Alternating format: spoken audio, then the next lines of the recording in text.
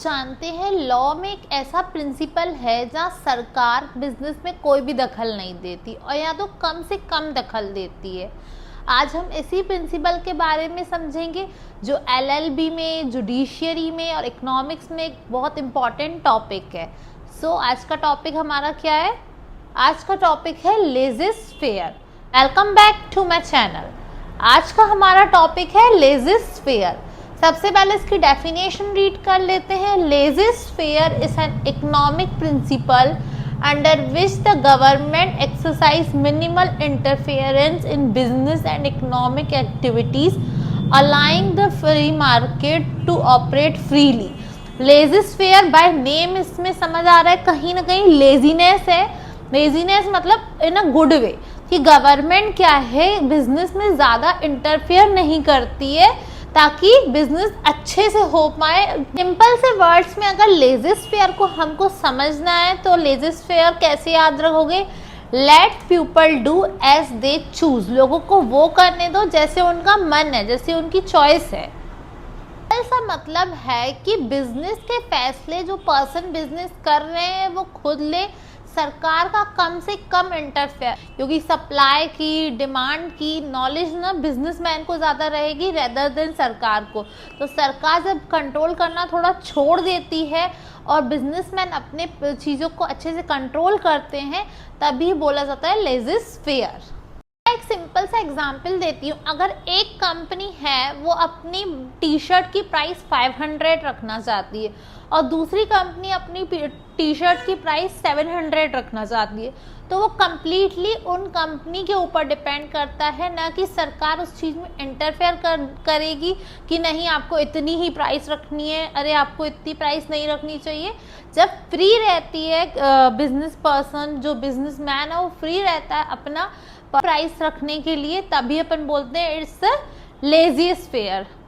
आइए समझते हैं लेजियस फेयर के एडवांटेजेस क्या होते हैं। सबसे फर्स्ट एडवांटेज क्या हो जाएगा? More freedom to business. Business को ज़्यादा फ्रीडम मिल जाएगी। सेकेंड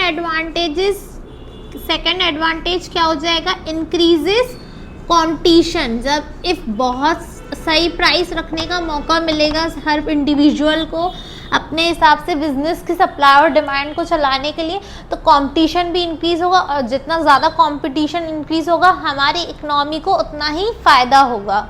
इसका एनकरेजेस, किस चीज़ का बढ़ावा मिलता है इसमें? एनकरेजेस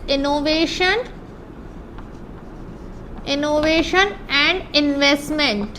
कि इफ़ बिजनेसमैन फ्री है अपने हिसाब से काम करने के लिए, अगर बिजनेसमैन फ्री है, उसके ऊपर ज़्यादा बाउंडेशन नहीं है गवर्नमेंट की, तो वो कुछ नई चीज़ इनोवेशन लाने की कोशिश करेगा और बेटर इन्वेस्टमेंट करेगा। इन्वेस्टमेंट क्या है? एक बड़ा असेट है इकोनॉमी का।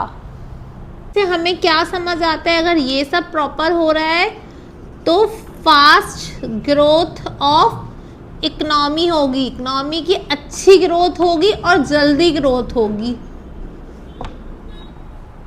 एडवांटेजेस की बातें तो हमने कर ली, अब बात करते हैं डिसएडवांटेजेस की। सबसे पहला डिसएडवांटेज क्या होगा? जो बड़े बिजनेस है ना वो क्या चलाने लगेंगे? वो मोनोपोली रूल चलाने लगेंगे, मतलब वो सिंगल कंट्रोलर बनना चाहेंगे जो बड़े बिजनेसमैन है। तो सेकेंड डिसएडवांटेज क्या हो सकता है? कंज्यूमर्स का एक्सप्लॉयटेशन हो सकता है। कंज्यूमर्स का एक्सप्लॉयटेशन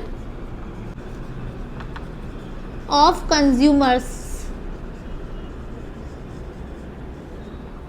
किसी चीज में आपकी कॉस्टिंग बढ़ रही है 250 रुपये और आप उसे 1000 रुपये में बेच रहे हो, तो कंज्यूमर का क्या होगा? कंज्यूमर का तो एक्सप्लॉयटेशन ही होगा। Third is income inequality. Income inequality हो जाएगी बिकॉज जब कुछ भी चीज़ में रिस्ट्रिक्शन नहीं रहेगी, चीज़ों पे अपने हिसाब से प्राइस सेट की जा रही है, तो इनकम इनइक्वालिटी हो सकती है। Fourth is affects workers right. जब किसी भी तरह का इंटरफेयर नहीं होगा, कुछ रिस्ट्रिक्शन या रेगुलेशंस नहीं होंगी, तो ऐसा हो सकता है कि वर्कर्स के राइट को भी इफेक्ट पड़े।